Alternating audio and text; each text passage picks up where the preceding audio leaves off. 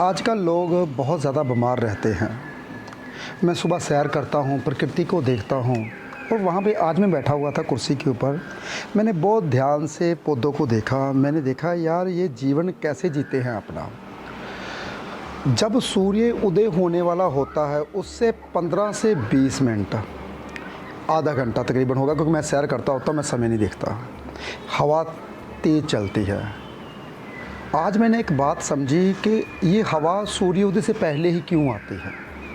वो अपने जितने भी जीव होते हैं उनको उठाती है। हवा तेज़ चलती है, पौधे हिलते हैं। कभी भी आज से देखना शुरू करो, कल से देखना शुरू करो कि जैसे ही सूर्य उदय होना शुरू हो जाएगा वैसे ही थोड़ी सी हवा तेज़ चलेगी, पौधे हिलने लगेंगे।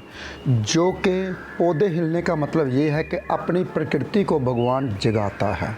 पौधे जाग जाते हैं, हिलते हैं, खुश होते हैं। जो कि सड़े हुए पत्ते हैं वो झड़ जाते हैं। हमारे साथ भी सेम ऐसा ही होता है। सूर्य उदय से 1 घंटा पहले जो हमारे सिर के बाल हैं ना, हम जब भी ऐसे उठते हैं करते हैं तो हमारे सिर के बाल झड़ने शुरू हो जाते हैं जैसे ही सूर्य, क्योंकि जो प्रकृति के साथ होता है वही हमारे साथ होता है। हम भी तो उसी प्रकृति में रहते हैं।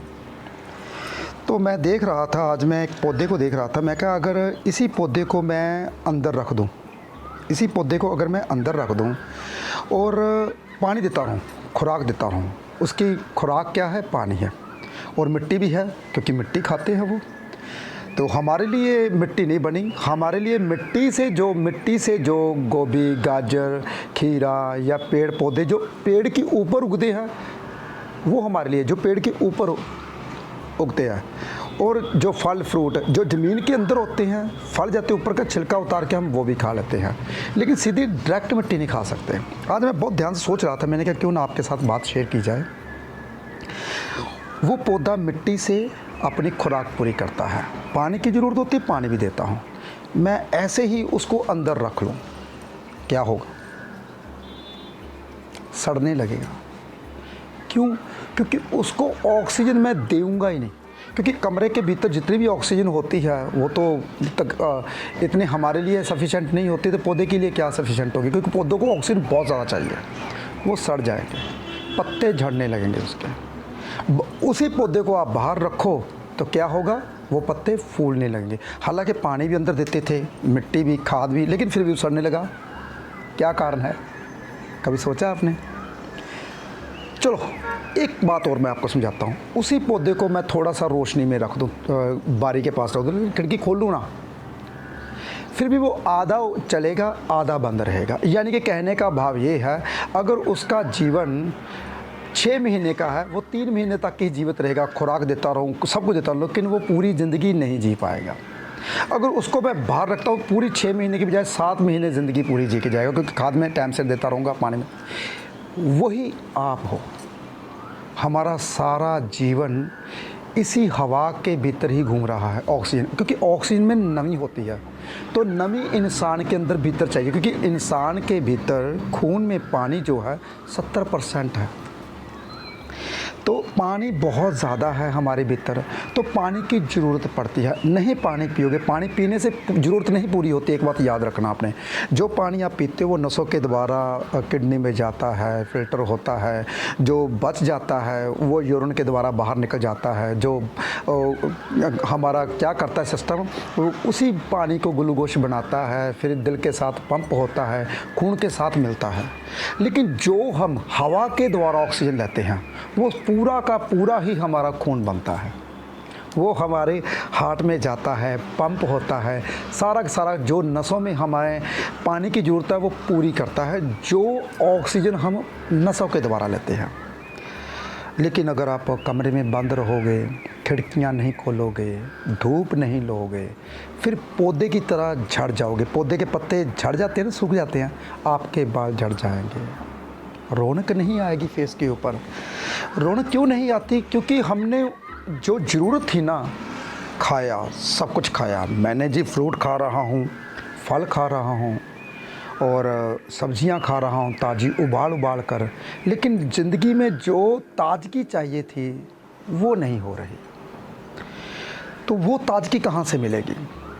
मैं अपने हर एपिसोड में यही बताता हूँ कि सुबह की सैर करो, सुबह जल्दी उठो, कोई नहीं मानता, किसी को पता भी क्या है। जो उठता है उनको पता है। मैं आज सैर करने के बाद बगीचे में बैठा और मैंने फूलों को देखा और पत्तियों को देखा। मेरी आधा जो है ना नंबर नज़दीक की वो कम है, मैं पढ़ नहीं पाता, लेकिन सिर्फ आधा नंबर अगर मैं दूर वही किताब को अगर मैं दूर रखता हूँ, ये पंचांग में रखता हूँ, पंचांग पढ़नी ज़रूरी होती है ज्योतिषियों के लिए। अगर मैं वही पंचांग खोल के दूर रखता हूँ तो मैं साफ साफ पढ़ पाता हूँ दूर। अगर मैं थोड़ा सा नज़दीक करता हूँ, नक्षत्र अनुसार यात्रा का फल कैसा होता है, ये चीज़ें बताएंगी हैं। जैसे मैं ये पढ़ पा रहा हूँ नज़दीकी में थोड़ा सा धुंधला, लेकिन अगर मैं इसी को दूर रख लूँ तो वो पढ़ना मेरे लिए आसान हो जाएगा, आधा नंबर की यानी का। तो इसलिए इसको मैं यूज़ करता हूँ। तो मैं सुबह जब सैर से आया तो मेरे पास ऐनक तो होती नहीं, मैं यूज़ ही नहीं करता, तो मैं ऐसे पढ़ने लगा तो मेरी निगाह, मुझे ऐसा लगा मेरी निगाह वापस आ गई। तो मैं ऐसे पौधों के पास ऐसे ही पढ़ता रहा। फिर मुझे एक बात का ध्यान आया, हमारी जो आँखें हैं ना, कुदरत में उसको ज़्यादा ऐनक की ज़रूरत नहीं पड़ती, यानी कि बाहर ऑक्सीजन में आपको स्पेक्स की ज़रूरत नहीं पड़ेगी, क्योंकि वहाँ मुझे ज़रूरत नहीं पड़ी। मैंने बुक ली, वहीं पे पढ़ा, सो बिल्कुल साफ पढ़ाई दिया। तो इसका मतलब ये है कि आपकी आई साइड भी वीक नहीं होती। आपकी आई साइड, ये मैं अपनी जितनी भी बातें बताता हूँ मैं हड्ड बीती बताता हूँ। हड्ड बीती का मतलब होता है, हमारी पंजाबी में बोलते थे हड्ड बीती, जो आपके साथ बीता हो। लोग बात करते हैं जग बीती बात, वहाँ ये हुआ था, ये चल रहा था वहाँ, क्या पता किसने बताया, उसने दो चार बातें जोड़। जैसे कि मान लो कि मैं अभी बात करूँ, कुछ भी बात करूँ, अभी मैं बात करूँ कि मैं वहाँ गया था, वहाँ ना अम्बाले में रश था बहुत ज़्यादा, वहाँ पे जाम था और वहाँ से मैं बहुत मुश्किल से निकला, फिर मैं आगे गया। अब मैं बात बता दी आपको, सुनने वाले ने कहा हाँ रश था, जाम, शायद एक्सीडेंट हुआ हो। तीसरे बंदे के पास जाएगा, हाँ एक्सीडेंट हुआ था, वहाँ 2 बंदे मर गए। चौथे बंदे के पास गया, गाड़ी का भी डैमेज होगी गाड़ी, वहाँ पे रश रहा, भीड़ रही, 10 घंटे तक जाम रहा। देखिए मैंने तो बात कही थी सिर्फ रश की, वो रश को जाते जाते एक्सीडेंट में बीत गई। तो बातें हमेशा ऐसे ही होती है जब हम जग बीती बातें करते हैं, हड्ड बीती बात नहीं करते। जग बीती बातें हमेशा ही बढ़ती रहती हैं। तो हड्ड बीती जो बात होती, जो हमारे साथ, जो मेरे साथ बीती है, वो सिर्फ बात उतनी ही रह जाती है जितनी मैं बोल रहा हूँ। मुझे पता है मेरे साथ इतना ही घटित हुआ है। तो मेरी ये बात बताने का यही सेम मतलब था कि हर इंसान को ऑक्सीजन में रहना चाहिए। मैं ऑक्सीजन में रहता हूँ, मैं अपनी खिड़की ऑफिस की खोल के बैठता हूँ। ये जितनी भी रोशनी आपको दिखाई दे रही है ना, ये कुदरती रोशनी है। मेरी सामने खिड़की लगी हुई है, इधर खिड़की लगी है, इधर है, चारों तरफ खिड़कियाँ ही खिड़कियाँ हैं। मैं एक भी लाइट नहीं छोड़ता। मुझे ऐसे लगता है कि लाइट में सिर्फ सिंपल साधारण सी लाइट भोले शंकर की छोड़ता हूँ, सिर्फ थोड़ी सी, तो यहाँ थोड़ी सी लिस्कोर इसमें कंप्यूटर में आती है। तो मैं ये चाहता हूँ कि अगर मैं तंदुरुस्त हूँ, मैं ऐसे तंदुरुस्त हो सकता हूँ। पहले मैं ये बताता हूँ कि मैं ऐसे तंदुरुस्त हुआ हूँ, तो हाँ वाकई में हुआ हूँ। मेरे बाल नहीं झड़ते, मैं ऐसे बाल झाड़ने की कोशिश करता हूँ, झड़ते ही नहीं हैं। क्योंकि क्या, मैं ऑक्सीजन में रहता हूँ। जैसे फूल पत्तियाँ पौधों की करके देखिए, आप तजर्बा कीजिए, मैं ऐसे बात नहीं कर रहा, मैंने ये बातें तजर्बा कर रखी हैं तब मैं बोलता हूँ। क्योंकि मुझे ऐसा लगता है कि अगर आप भी मेरे जैसे रहोगे 50 साल की उम्र तक, ना तो बाल झड़ेंगे, ना आंखें कमज़ोर होगी, ना स्किन ढलकेगी आपके, तंदुरुस्त रहोगे। सुबह की सैर इंसान को करनी चाहिए। जिस इंसान को जिम का शौक़ है, जो इंसान कहते हैं मैं जिम के बिना नहीं रह सकता, जिम हमेशा शाम के टाइम ही करना चाहिए। कि आप जिम से आए, आपको भूख लगी है, थोड़ा मोटा खाया और थकावट में सो गए। जो इंसान सुबह जिम करता है, थकावट होती है, ऊपर काम से जाता है, वो जल्दी बूढ़ा हो जाता है, जुड़ियाँ आ जाती हैं।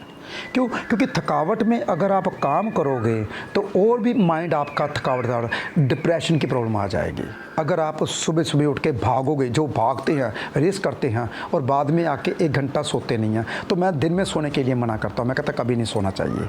सैर हमेशा शांतमयी रहकर भगवान का नाम लेते हुए करनी चाहिए, जिसमें आपके मन को सुकून मिले।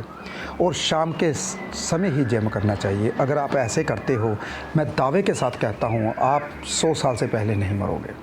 और कभी प्रॉब्लम नहीं आएगी, कभी डॉक्टरों के पास जाना नहीं पड़ेगा। सिंपल साधारण सी बातें हैं। मैं हर बात को साइंटिफिक रीज़न से इसलिए बताता हूँ।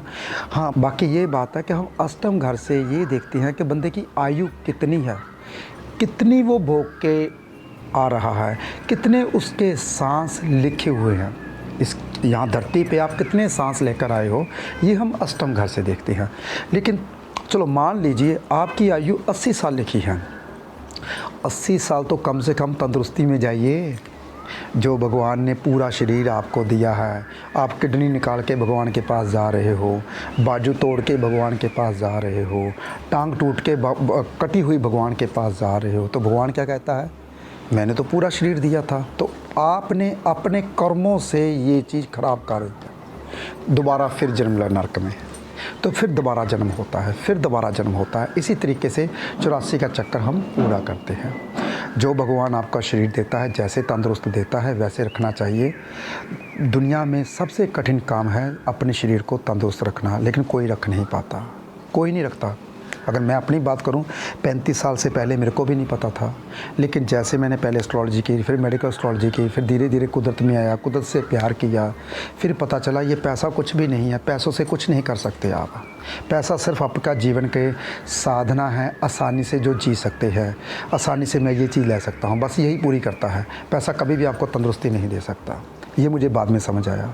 तो इसलिए तंदुरुस्ती के लिए आपको भागना पड़ेगा, अपने काम खुद करने पड़ेंगे। हम काम वाली को लगा देते हैं, गाड़ी धोने के लिए लगा देते हैं, कर्मचारियों को सफाई के लिए लगा देते हैं। तो अगर लगाते हो, ज़्यादा काम है, बहुत ज़्यादा, फिर लगाइए, नहीं तो अपना खुद काम कीजिए। इससे आपकी जो फिगर है, जो आपकी शेप है भगवान ने दी है, वो बहुत अच्छी रहेगी। कोई इधर नहीं फूलोगे, इधर नहीं फूलोगे। हाँ, मेरा पेट थोड़ा सा फूल रहा है, वो इसलिए क्योंकि ना मैं 8-10 घंटे लगातार बैठता हूँ, इसलिए। तो हर इंसान को ऐसा करना चाहिए, सुबह जल्दी उठना चाहिए, हर इंसान को सुबह की सैर करनी चाहिए। जो इंसान सुबह की सैर करते हैं, अपने शरीर का ध्यान रखते हैं और काम खुद करते हैं अपना, तो उसका शरीर भी ठीक रहता है, कभी भी बीमारी नहीं आती। आज का मेरा दिल करता था कि आज का मैं आपको विचार दूं कि मेरे विचार में क्या है, आपके साथ बातें साझी करूं। चलो ऑफिस की स्टार्टिंग करते हैं, शुरुआत करते हैं। नीचे हमारा परिवार आकर बैठा हुआ है, क्लाइंट आके बैठे हुए हैं, सभी परिवार आने वाले हैं। मैंने कहा क्यों ना सुबह 7:15 बजे मैं आकर बैठ गया था, तो मैंने कहा क्यों ना आपके साथ 2-4 बातें की जाए।